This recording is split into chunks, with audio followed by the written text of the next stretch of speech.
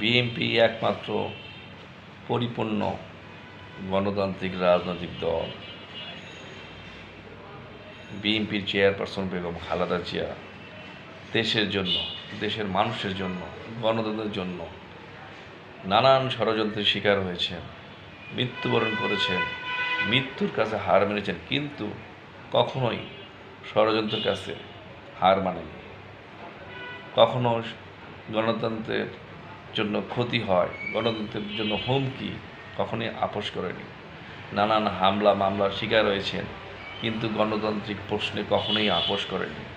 তাই বিএনপি একমাত্র রাজনৈতিক দল যেখানে পরিপূর্ণ গণতান্ত্রিক চর্চা হয়।